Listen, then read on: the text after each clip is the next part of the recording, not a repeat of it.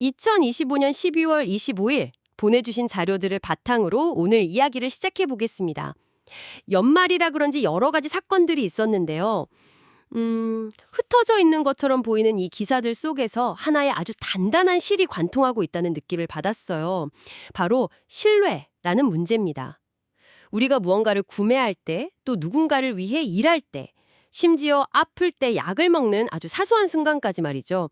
이 보이지 않는 신뢰라는 게 얼마나 중요하고 또 얼마나 깨지기 쉬운지 생각하게 들어라고요. 정말 핵심을 잘 짚어주셨어요.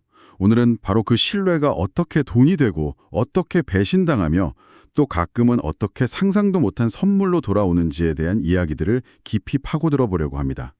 특히 시스템의 압박을 받을 때, 그러니까 회사가 어렵거나 사회가 혼란스러울 때 신뢰의 민낯이 어떻게 드러나는지 그 지점이 아주 흥미로울 거예요. 좋습니다.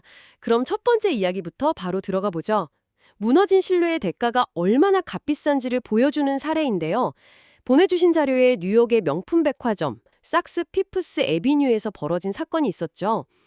최고의 개인 스타일리스트가 고객들을 상대로 무려 40만 달러, 우리 돈으로 5억 원이 넘는 사기를 쳤다는 내용이었어요. 네, 로베르토 코르테즈라는 이름의 스타일리스트였죠. 그의 수법을 보면 참 대담해요.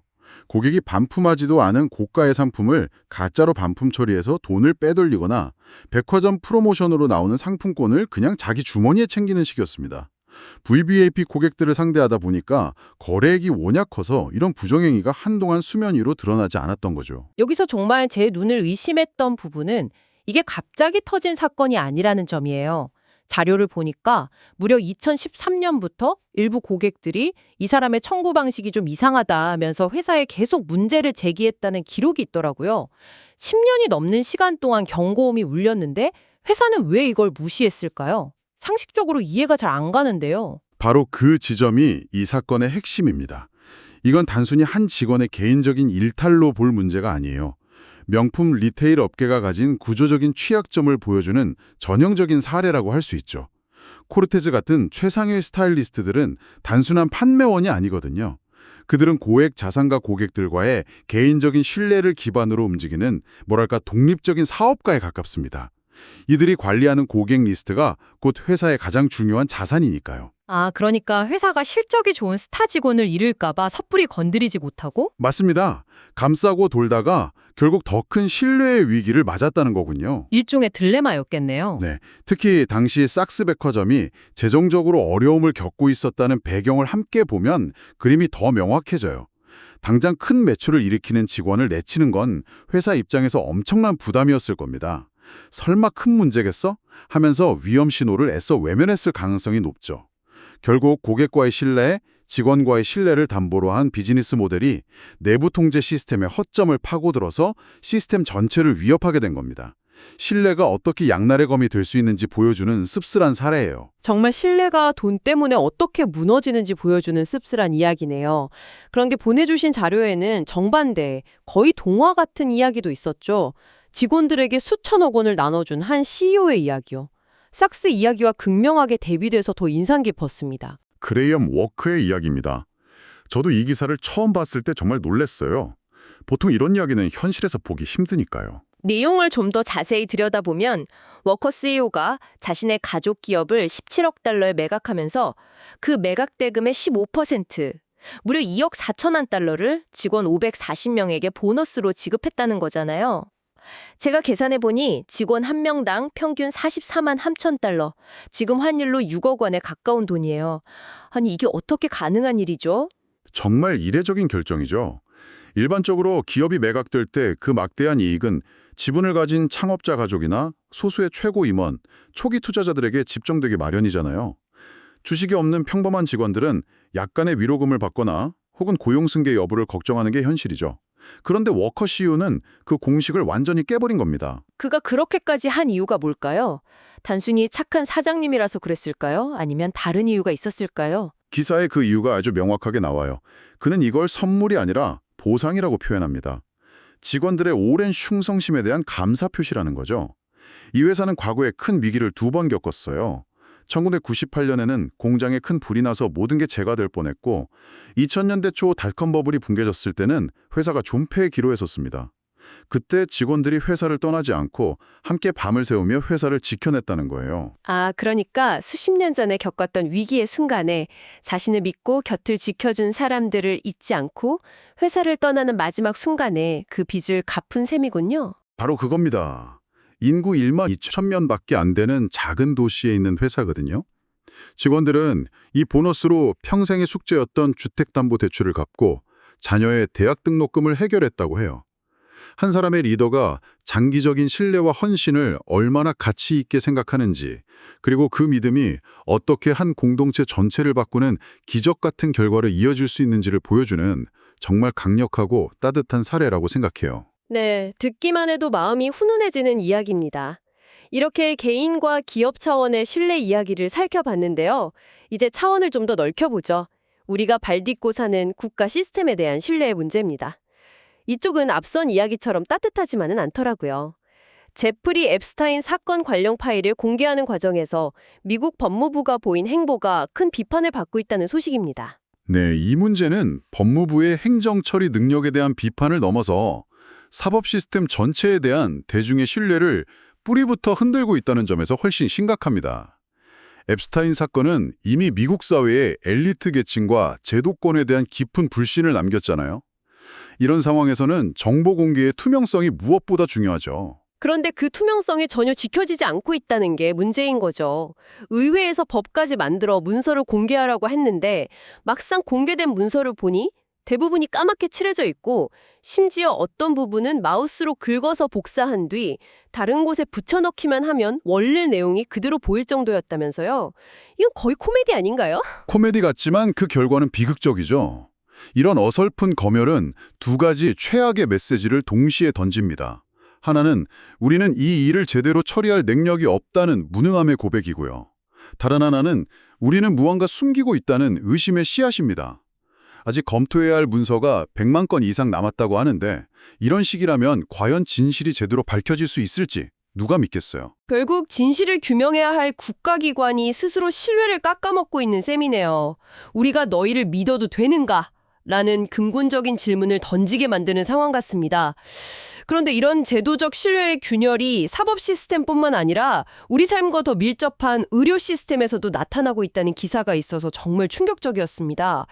가바펜틴이라는 약에 대한 이야기였죠. 네, 이 가바펜틴 사례는 신뢰의 붕괴가 어떻게 여러 단계에 걸쳐 연쇄적으로 일어나는지를 아주 잘 보여줍니다. 원래 이 약은 간질 치료제로 승인된 약이에요. 그런데 어느새 미국에서 7번째로 많이 처방되는 약이 됐습니다.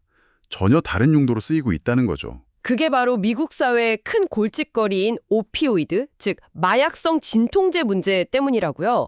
의사들이 오피오이드 중독을 우려해서 그 대안으로 가바펜틴을 처방하기 시작했다는 건데 이게 왜 문제가 되는 건가요? 문제는 크게 두 가지입니다. 첫째, 이 약이 오피오이드의 대안이 될 수 있다는 과학적 증거가 매우 부족하다는 겁니다. 둘째, 그럼에도 불구하고 널리 처방되다 보니 이 약으로 인한 심각한 금단 증상이나 치매, 심지어 자살 충동과의 연관성 같은 새로운 부작용들이 뒤늦게 드러나고 있다는 거죠. 이야, 이건 정말 무서운데요. 그럼 이 과정에서 신뢰는 대체 어느 단계에서부터 무너지기 시작한 건가요? 이건 마치 도미노 같아요. 첫 번째 도미노는 제약사가 넘어뜨렸습니다. 과거에 이 약의 부작용을 숨기고 승인되지 않은 통증 치료 목적으로 사용하도록 의사들에게 불법적인 로비를 한 사실이 드러났어요. 두 번째 도미노는 의사들이었습니다. 오피오이드 위기라는 거대한 압박 속에서 뭔가 대안을 줘야 한다는 조급함에 충분한 검증 없이 가바펜틴을 너무나 쉽게 처방하기 시작한 거죠. 결국 그 마지막 도미노는 아무것도 모르는 환자들이었겠네요. 의사와 제약사를 믿고 약을 먹었는데 알고 보니 그 믿음의 대가가 또 다른 고통이었던 셈이니까요. 하나의 위기를 해결하려다 또 다른 잠재적 위기를 만드는 과정에서 시스템 전체에 대한 신뢰가 무너져 내리는 모습이네요. 이건 정말 씁쓸합니다. 맞습니다. 환자 입장에서는 기댈 곳이 없는 거죠. 제약사도 의사도 규제 당국도 믿을 수 없게 되는 상황이니까요. 시스템에 대한 신뢰가 한번 무너지면 회복하기가 얼마나 어려운지를 보여주는 굉장히 아픈 사례입니다. 이렇게 신뢰가 무너지는 암울한 이야기들을 계속하다 보니 좀 지치는데요. 다행히 마지막 이야기는 이렇게 흔들리는 상황 속에서도 신뢰가 어떻게 시장을 움직이는 강력한 힘이 되는지를 보여주는 아주 흥미로운 사례였습니다. 바로 나이키 주가에 대한 이야기죠. 네, 최근 나이키의 상황이 꽤 좋지 않았습니다. 주력 시장인 중국에서의 매출이 둔화되고 새로운 경쟁자들이 치고 올라오면서 재고 문제까지 겹쳐 주가가 계속 하락세였죠. 시장에서는 나이키의 시대도 저무는가 하는 비관론이 슬슬 고개를 들고 있었고요. 그런데 그런 상황에서 갑자기 주가가 하루 만에 5% 가까이 급등하는 일이 벌어졌죠. 어떤 대단한 실적 발표가 있었던 것도 아니고요. 이유를 보니 애플의 CEO 팀 쿡이 나이키 주식을 추가로 매입했다는 소식 때문이었어요. 한 사람이 290만 달러, 우리 돈으로 약 40억 원어치 주식을 샀다고 이렇게 거대한 기업의 주가가 움직인다는 게 정말 놀랍지 않나요? 시장은 이걸 대체 어떻게 해석한 건가요? 바로 그 지점이 시장에서의 신뢰가 어떻게 작동하는지를 보여주는 교과서 같은 사례입니다. 여기서 중요한 게 팀 쿡이 그냥 돈 많은 투자자가 아니라는 사실이에요. 그는 2005년부터 나이키 이사회에 참여해온 수석 독립이사, 즉 회사의 속사정을 누구보다 잘 아는 내부자입니다. 동시에 세계에서 가장 성공한 기업을 이끄는 경영자이기도 하고요. 아, 그러니까 그냥 외부 투자자의 돈이 아니라 모든 정보를 꿰뚫고 있는 핵심 내부자의 돈이 들어왔다는 게 중요하다는 말씀이시군요. 정확합니다. 불확실성으로 가득한 시장에서 투자자들은 항상 확실한 신호를 찾습니다. 그런데 회사의 새로운 CEO가 실적 반전을 위해 이런저런 계획을 발표하는 것보다 팀쿡 같은 거물이 자기 개인 돈을 수십억 원이나 투자하는 행동이 훨씬 더 강력한 신호가 되는 거죠. 이건 말로 하는 약속이 아니라 돈으로 보여주는 믿음이니까요. 그렇군요. 그러니까 시장이 반응한 건 290만 달러라는 액수 자체가 아니라 그 돈에 담긴 나는 나이키의 미래를 믿는다는 강력한 메시지였던 거네요. 맞습니다. 나이키의 새로운 경영진이 제대로 하고 있으니 걱정하지 마라 라는 메시지를 시장 전체에 던진 겁니다. 흔들리던 투자자들에게는 이보다도 확실한 안정제는 없었겠죠. 한 사람의 신뢰가 위기에 처한 거대 기업에 대한 시장 전체의 믿음을 어떻게 단숨에 되돌려 놓을 수 있는지 정말 극적으로 보여주는 장면이었습니다. 오늘 정말 다양한 층위의 신뢰에 대한 이야기들을 나눠봤네요. 명품 매장에서 고객의 믿음을 악용한 사기 사건부터 수십 년간의 헌신에 대한 한 CEO의 놀라운 보상, 그리고 국가 시스템의 균열과 시장을 움직인 한 사람의 믿음까지. 결국 신뢰라는 건 우리 사회를 움직이는 보이지 않는 화폐라는 생각이 다시 한번 듭니다. 환난이나 사회적 위기 같은 어떤 형태로든 압박을 받을 때 그 진정한 가치와 취약성이 동시에 드러난다는 걸 알 수 있습니다. 위기의 순간이야말로 신뢰의 시험대인 셈이죠. 그러네요.